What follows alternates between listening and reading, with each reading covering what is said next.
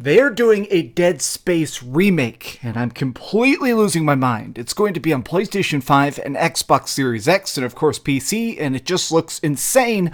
But let's try and just talk about the EA Play Live press conference that just happened. What's up, gamers? Dreamcastguy here, and typically I don't care a bunch about EA. Like, a lot of times when they do these big, gigantic presentations, it's filled with stuff like Madden and basketball and just sports that I don't really care about. Well, this time around, they did things exactly right. Most of the games they showed looked fantastic. There was absolutely no filler. There were a couple projects that I'm not going to play, like Apex Legends, but even still, it was wall-to-wall entertainment. Now let's start things off with what they began with, which was a new Codemasters racing game called Grid Legends. Now in general, as I've grown older, I kind of have this soft spot for weird racing games, and this seems to be a weird mix of simulation and arcade vibes. It has some very, very realistic graphics and what seems to be some very top-notch physics, but some of the things they showed off were like Formula 1 cars just going toe-to-toe against semi-trucks that were smashing them to bits, which seems completely hilarious.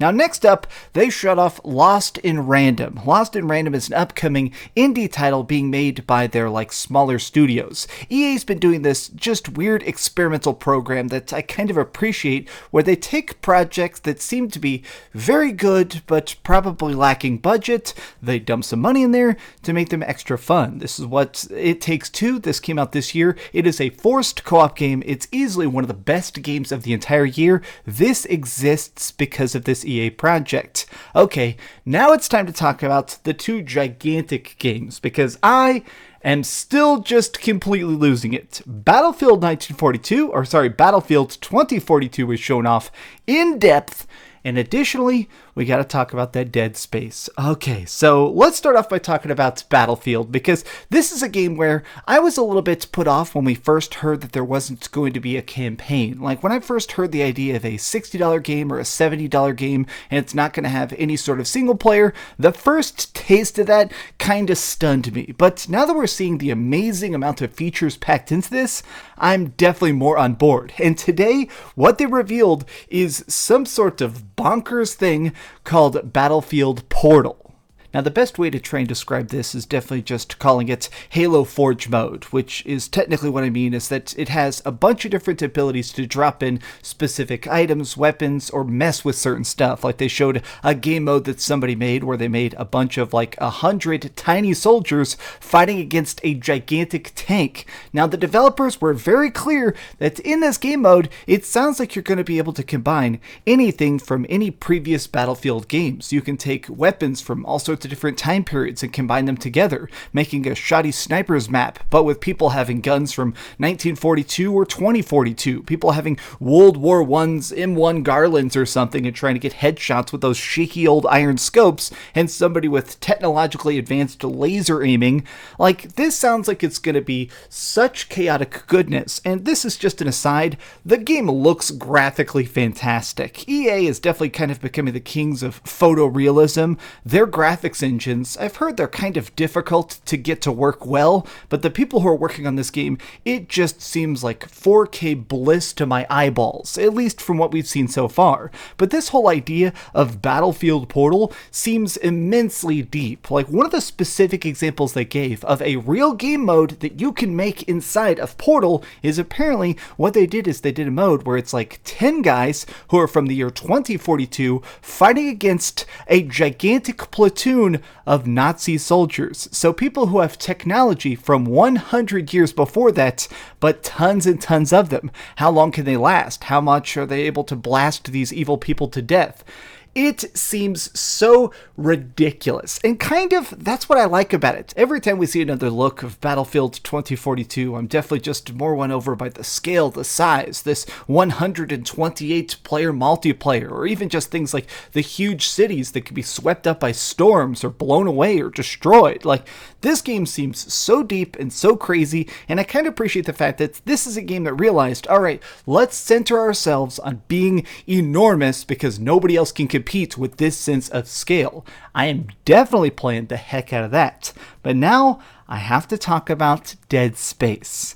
Now, I'm a huge fan of Dead Space. I'm completely obsessed with it. I've actually beaten all the games. I've played through them again and again. I've gotten every trophy, every achievement. I mean, they're games that have a gigantic spot in my heart. But there have been rumors circulating about a possible Dead Space remake. Now, this trailer they showed off is very, very short, and it's a little bit difficult for laymen to understand, but this is definitely a remake. Now, the reason I say that is this trailer itself is actually a remake of the original teaser trailer they did like decades past now. When they initially showed off Dead Space, they showed it with a slow reveal of a spaceship playing the song Twinkle Twinkle Little Star to be extra creepy and unnerving. Well, they decided to bring that back, and they actually recreated a lot of shots from the original trailer, including the famous sign of cut their limbs off. There's a great shot of Isaac Clarke powering up his suit again. This is definitely a remake and not a remaster. I will completely stake everything on that because the graphics, the visuals, the gore, everything we're seeing so far, even from this tiny little peek we're getting, I am dead set on the fact that this is a full-blown remake of Dead Space 1. Now, additionally, as awesome as this is, it makes me hyped for the potential future of Dead Space because keep in mind, companies have been testing out this idea lately of doing like a remake and then a sequel. We actually saw this recently with Crash Bandicoot. We had the Crash Insane Trilogy, which sold crazy amounts of numbers, and then they dropped Crash Bandicoot 4, a direct sequel to the original trilogy. So I 100% think that what they're probably planning on doing is this full, delicious remake of Dead Space 1, then they'll probably do a more like upgraded version of Dead Space 2 for a remake, and then end it with a totally new game, because everybody hates Dead Space 3. This is a gigantic time. This is such an epic update. This was a very good press conference. Even if there's games here that I'm not going to play, at least everything looked interesting. Like even Lost in Random, this is a nice little indie project that has like a Tim Burton art style and stuff, and even though I'm probably myself not personally going to play it, it's something that definitely deserves to be up on the main stage, or even just this deep dive into the new character Seer from Apex Legends. Like, I don't care, but it's still entertaining even as a non-fan. These press conferences, a lot of them lately have just been so bad. And I feel so weird saying this, but EA Play showed us how it is done. This is the correct way to do it. Make it a fun show, give us some good games, give us a reason to be hyped. Because boy howdy, am I freaking hyped. But what did you think? Have you had a chance to watch this? Are you excited for Battlefield 2042? Because I certainly am. I've probably missaid the name a couple times. And Dead Space is coming back! I am still not okay. Much love to all of you guys. Be sure to hit that subscribe button and press that like button. It certainly helps out. And also, just have a fantastic day. Much love and keep dreaming. Oh my god. Oh my god. I'm literally just absolutely... Oh my god. This is all I wanted in life. This is literally cross it off the bucket list. Oh yeah. Thanks so much for watching that video. If you want to see something else, you can always click this link to see what I put up last, or, subscribe and see what's coming up next. Also, I promise that whatever I do, it'll try not to suck.